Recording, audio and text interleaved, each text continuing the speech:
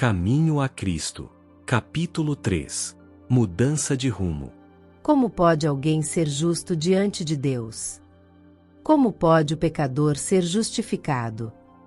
É unicamente por meio de Cristo que podemos ser postos em harmonia com Deus, com a santidade. Mas como devemos chegar a Cristo?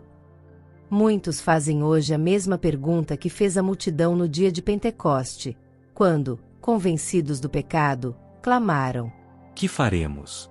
Atos 2, verso 37.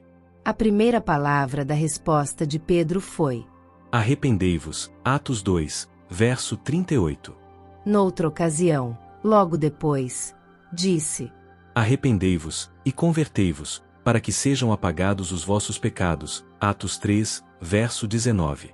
O arrependimento compreende tristeza pelo pecado e afastamento do mesmo. Não renunciaremos ao pecado enquanto não reconhecermos a sua malignidade. Enquanto dele não nos afastarmos sinceramente, não haverá em nós uma mudança real da vida. Muitos há que não compreendem a verdadeira natureza do arrependimento. Multidões de pessoas se entristecem pelos seus pecados, efetuando mesmo exteriormente uma reforma, porque receiam que seu mau procedimento lhes traga sofrimentos. Mas não é este o arrependimento segundo o sentido que lhe dá a Bíblia. Lamentam antes os sofrimentos, do que o próprio pecado.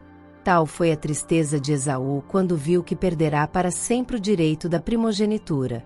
Balaão, aterrado à vista do anjo que se lhe pusera no caminho com a espada alçada, reconheceu seu pecado porque temia que devesse perder a vida. Não teve, porém, genuíno arrependimento do pecado, nem mudança de propósito ou aborrecimento do mal.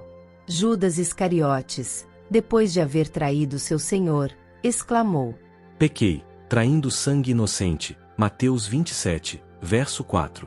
A confissão foi arrancada de sua alma culpada, por uma horrível consciência de condenação e temerosa expectação do juízo. As consequências que o aguardavam enchiam-no de terror, mas não houve em sua alma uma profunda e dolorosa tristeza por haver traído o imaculado Filho de Deus e negado o Santo de Israel. Faraó, quando sofria sob os juízos de Deus, reconheceu seu pecado, para escapar a castigos posteriores, mas voltava a desafiar o céu apenas suspensas as pragas. Todos esses lamentaram as consequências do pecado, mas não se entristeceram pelo próprio pecado. Quando, porém, o coração cede à influência do Espírito de Deus, a consciência despertada, e o pecador discerne alguma coisa da profundeza e santidade da lei de Deus, base de seu governo no céu e na terra. A luz verdadeira, que alumia todo homem que vem ao mundo, João verso 9, ilumina também os secretos escaninhos da alma, e as coisas ocultas das trevas se põem a descoberto. A convicção se apodera do espírito e da alma. O pecador tem então uma intuição da justiça de Jeová e experimenta horror ante a ideia de aparecer, em sua própria culpa e impureza, perante o perscrutador dos corações. Vê o amor de Deus, a beleza da santidade, a exaltação da pureza, anseia por ser purificado e reintegrado na comunhão do céu. A oração de Davi, depois de sua queda, ilustra a natureza da verdadeira tristeza pelo pecado. Seu arrependimento foi sincero e profundo. Não fez nenhum empenho por atenuar a culpa, nenhum desejo de escapar ao juízo que o ameaçava lhe inspirou a oração. Reconheceu a enormidade de sua transgressão, viu a contaminação de sua alma, aborreceu o pecado. Não suplicava unicamente o perdão, mas também um coração puro. Anelava a alegria da santidade, ser reintegrado na harmonia e comunhão com Deus. Era esta a linguagem de sua alma. Bem-aventurado aquele cuja transgressão é perdoada, e cujo pecado é coberto. Bem-aventurado o homem a quem o Senhor não imputa maldade, e em cujo espírito não há engano. Salmos 32, versos 1 e 2. Tem misericórdia de mim, ó Deus, segundo a tua benignidade, apaga as minhas transgressões, segundo a multidão das tuas misericórdias. Porque eu conheço as minhas transgressões, e o meu pecado está sempre diante de mim. Purifica-me com hisopo, e ficarei puro, lava-me, e ficarei mais alvo do que a neve. Cria em mim, ó Deus, um coração puro e renova em mim um espírito reto.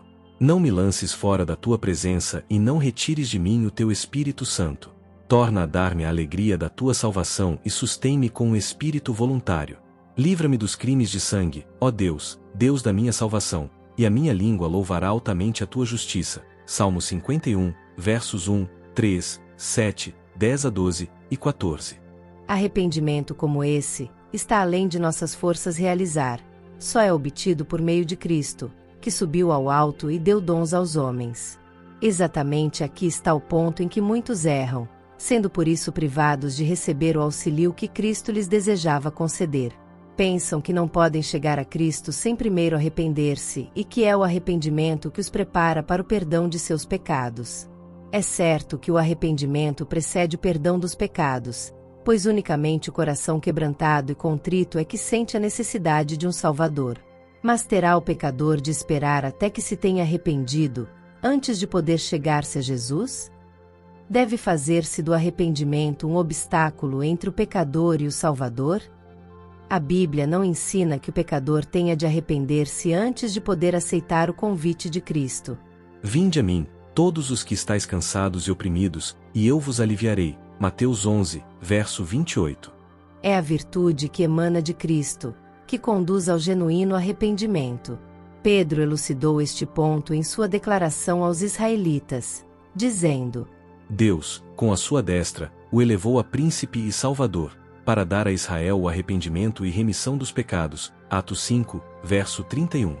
Assim como não podemos alcançar perdão sem Cristo, também não podemos arrepender-nos sem que o Espírito de Cristo nos desperte a consciência. Cristo é a fonte de todo bom impulso. Ele unicamente é capaz de implantar no coração a inimizade contra o pecado. Todo desejo de verdade e pureza, toda convicção de nossa própria pecaminosidade, é uma evidência de que seu Espírito está operando em nosso coração. Jesus disse: Eu, quando for levantado da terra, todos atrairei a mim. João 12, verso 32.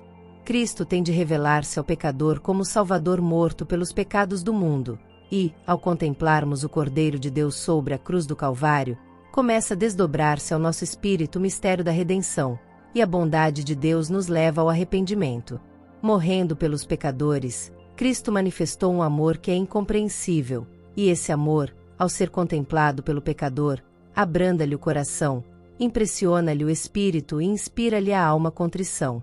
É verdade que os homens às vezes se envergonham de seus caminhos pecaminosos e renunciam a alguns de seus maus hábitos, antes de estar conscientes de que estão sendo atraídos a Cristo. Quando quer, porém, que façam um esforço para reformar-se, movidos do desejo sincero de proceder bem, é sempre o poder de Cristo que os está atraindo. Uma influência para eles desconhecida lhes opera na alma, despertando-lhes a consciência, e sua vida exterior emenda-se. E quando Cristo os atrai, levando-os a olhar a sua cruz, para contemplar aquele que os seus pecados ali cravaram, o mandamento desperta na consciência. É-lhes revelada a pecaminosidade de sua vida, o pecado que se acha arraigado em sua alma. Começam a compreender alguma coisa da justiça de Cristo, e exclamam que é o pecado, que devesse exigir tão grande sacrifício pela redenção de sua vítima. Acaso se fez preciso todo esse amor, todo esse sofrimento, toda essa humilhação, para que não perecêssemos mas tivéssemos vida eterna? Poderá o pecador resistir a esse amor? Poderá recusar-se a ser atraído para Cristo? Se, porém, não se opuser, será levado para ele. O conhecimento do plano da salvação levá-lo-á ao pé da cruz, arrependido de seus pecados, que causaram os sofrimentos do amado Filho de Deus. O mesmo poder divino que opera nas coisas da natureza, fala ao coração dos homens, neles criando um desejo inexprimível de algo que não possuem. As coisas do mundo não podem satisfazer aos seus anseios. O Espírito de Deus insta com eles a fim de que só busquem aquelas que, unicamente, podem proporcionar paz e descanso. A graça de Cristo, a alegria da santidade. Por influências visíveis e invisíveis, nosso Salvador está a operar constantemente, para atrair o espírito dos homens dos prazeres do pecado, que não satisfazem, para as infinitas bênçãos que nele podem possuir. A todas essas almas, que em vão buscam mitigar a sede nas rotas cisternas deste mundo, dirige-se a mensagem divina. Quem tem sede, venha, e quem quiser, Tome de graça da água da vida. Apocalipse 22, verso 17. Vós, que suspirais por alguma coisa melhor do que as que este mundo oferece, reconhecei nesse anelo a voz de Deus a vossa alma. Pedi-lhe que vos dê arrependimento, que vos revele a Cristo em seu infinito amor, sua perfeita pureza. Na vida do Salvador exemplificaram-se perfeitamente os princípios da lei de Deus: amor a Deus e ao homem. Benevolência, amor abnegado, eram a vida de sua alma. É quando contemplamos, quando a luz de nosso Salvador incide sobre nós, que vemos a pecaminosidade de nosso coração.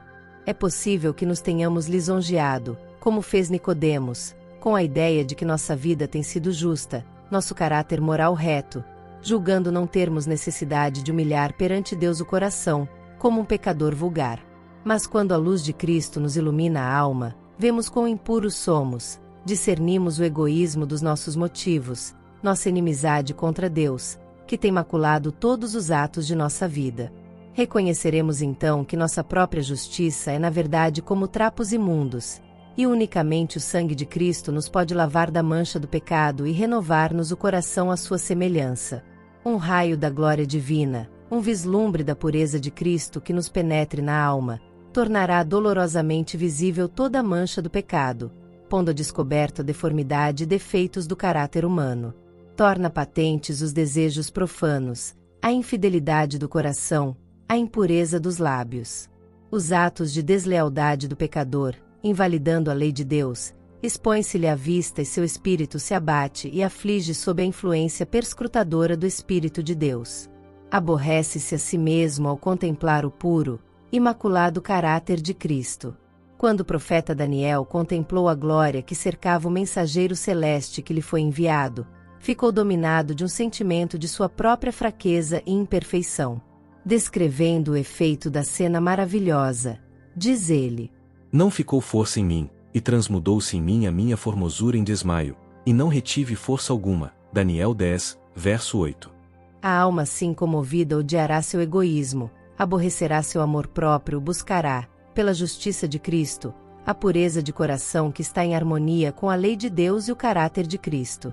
Diz Paulo que segundo a justiça que há na lei, no que respeita aos atos exteriores, ele era irrepreensível, Filipenses 3 verso 6. Quando, porém, chegou a discernir o caráter espiritual da lei, reconheceu-se pecador.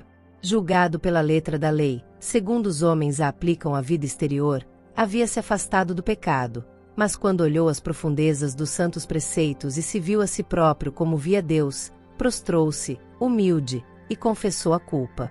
Diz ele: Eu, na algum tempo, vivia sem lei, mas, vindo o mandamento, reviveu o pecado, e eu morri. Romanos 7, verso 9. Quando viu a natureza espiritual da lei, o pecado se lhe apresentou em toda a sua verdadeira hediondez e desvaneceu-se-lhe o amor próprio. Deus não considera todos os pecados igualmente graves. Há aos seus olhos, como aos do homem, gradações de culpa, por mais insignificante, porém, que este ou aquele mau ato possa parecer aos olhos humanos, pecado algum é pequeno à vista de Deus. O juízo do homem é parcial, imperfeito, mas Deus avalia todas as coisas como são na realidade. O bêbado é desprezado, e disse-lhe que seu pecado excluirá do céu, ao passo que o orgulho, o egoísmo e a cobiça muitas vezes não são reprovados. No entanto, esses são pecados especialmente ofensivos a Deus, pois são contrários à benevolência de seu caráter e àquele desinteressado amor que é a própria atmosfera do universo não caído. A pessoa que cai em algum pecado grosseiro sente, talvez, sua vergonha e miséria, e sua necessidade da graça de Cristo, mas o orgulho não sente necessidade alguma, e assim fecha o coração a Cristo e as infinitas bênçãos que veio dar. O pobre publicano que orava: Ó Deus, tem misericórdia de mim, pecador. Lucas 18, verso 13, considerava-se homem muito ímpio, e outros assim o consideravam também, mas sentia sua necessidade, e, arcando ao peso da culpa e da vergonha, veio perante Deus, pedindo-lhe misericórdia. Seu coração estava aberto para que o Espírito de Deus ali fizesse sua obra de graça e o libertasse do poder do pecado. A oração jactanciosa e plena de justiça própria do fariseu revelou que tinha o coração fechado à influência do Santo Espírito. Pela distância em que se achava de Deus, não percebia sua própria corrupção, em contraste com a perfeição da santidade divina. Não sentia necessidade de coisa alguma, e coisa alguma recebeu. Quando virdes vossa pecaminosidade, não espereis até que vos tenhais melhorado. Quantos aqui julgam não ser suficientemente bons para ir a Cristo? Tendes esperança de tornar-vos melhor mediante vossos próprios esforços? Pode o etíope mudar a sua pele ou o leopardo as suas manchas? Nesse caso também vós podereis fazer o bem, sendo ensinados a fazer o mal. Jeremias 13, verso 23. Só em Deus é que há socorro para nós. Não devemos esperar persuasões mais fortes, melhores oportunidades ou um temperamento mais santo. De nós mesmos nada podemos fazer. Temos de ir a Cristo exatamente como nos achamos. Mas ninguém se iluda com o pensamento de que Deus, em seu grande amor e misericórdia, salvará ainda mesmo os que lhe rejeitam a graça. A tremenda malignidade do pecado só pode ser avaliada em face da cruz. Se os homens insistem em que Deus é bom demais para rejeitar o pecador, olhem eles ao Calvário. Foi por não haver outro meio de salvar o homem, e por ser impossível, sem esse sacrifício, escapar o gênero humano ao poder corruptor do pecado, e ser restaurada a comunhão com seres santos. Impossível tornarem-se os homens de novo participantes da vida espiritual. Foi por isso que Cristo tomou sobre si a culpa dos desobedientes e sofreu em lugar dos pecadores. O amor, sofrimento e morte do Filho de Deus atestam a terrível enormidade do pecado e revelam que não há escape de seu poder, nem esperança da vida mais elevada, senão pela submissão da alma a Cristo. O impenitente escusa-se às vezes, dizendo: de professos cristãos sou tão bom como eles. Não são mais abnegados, nem mais sóbrios ou circunspectos em sua conduta, do que eu. Amam os prazeres e são condescendentes consigo mesmos, da mesma maneira que eu. Tornam assim as faltas dos outros uma desculpa para sua própria negligência do dever.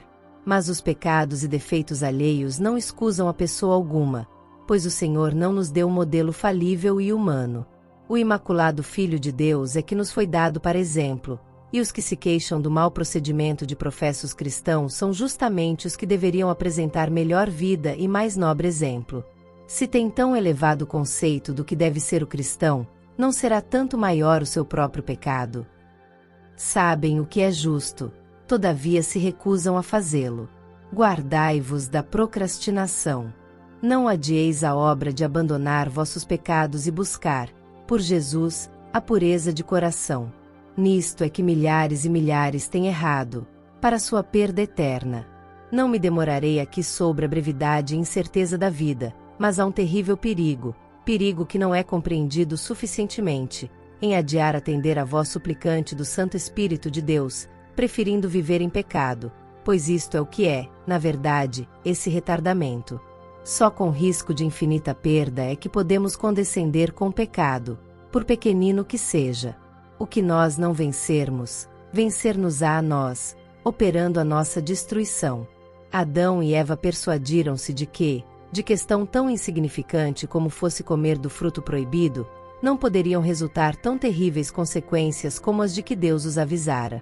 Mas essa questão insignificante constituía uma transgressão da imutável e santa lei divina, e separou o homem de Deus, abrindo os diques da morte e trazendo sobre o mundo misérias indizíveis.